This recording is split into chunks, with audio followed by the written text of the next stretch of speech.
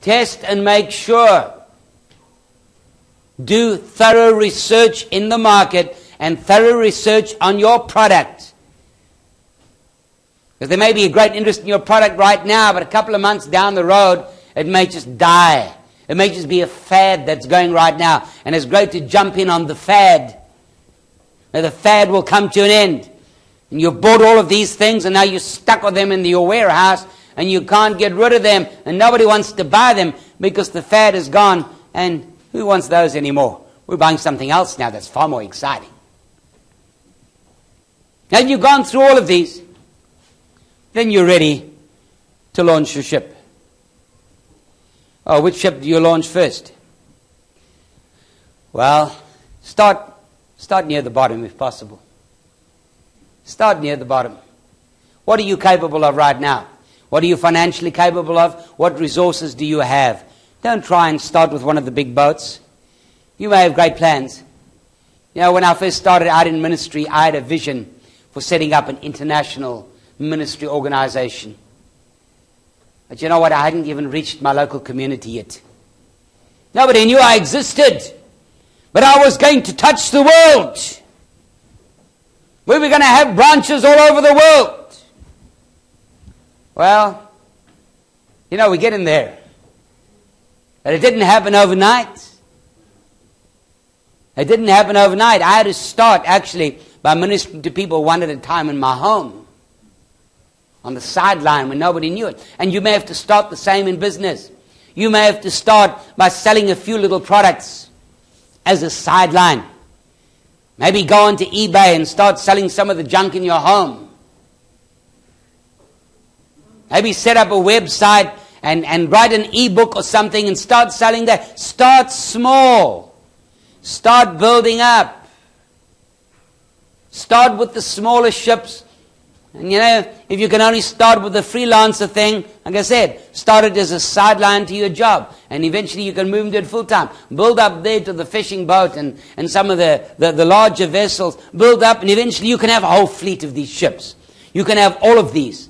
You don't have to stick to only one. You could have all of them going at the same time. And you could have a finger in every pie. And you just could become so wealthy that the money will come in faster than you could ever spend it.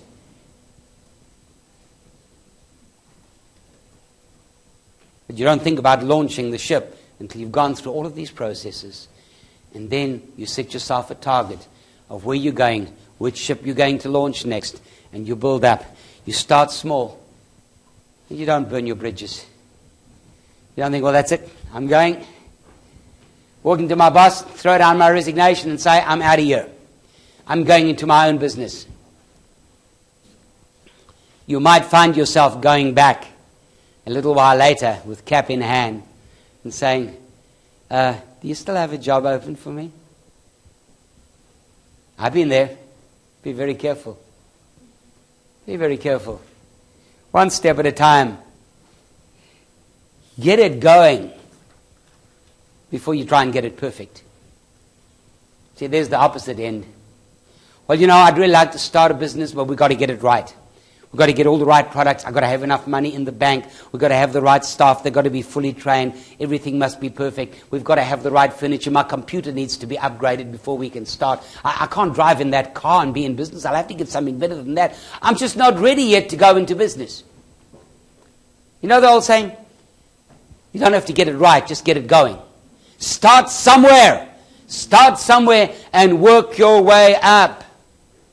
And so in conclusion, if you desire to be in business, there are so many possibilities that are available to you.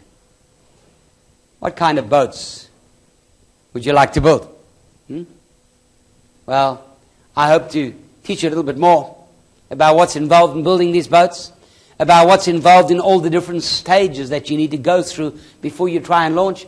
And I hope that by the time you finish going through this course, you already have started some of those boats and you'll have plans to build more, and you will be so inspired that you will rise up and go out and take the wealth of this world.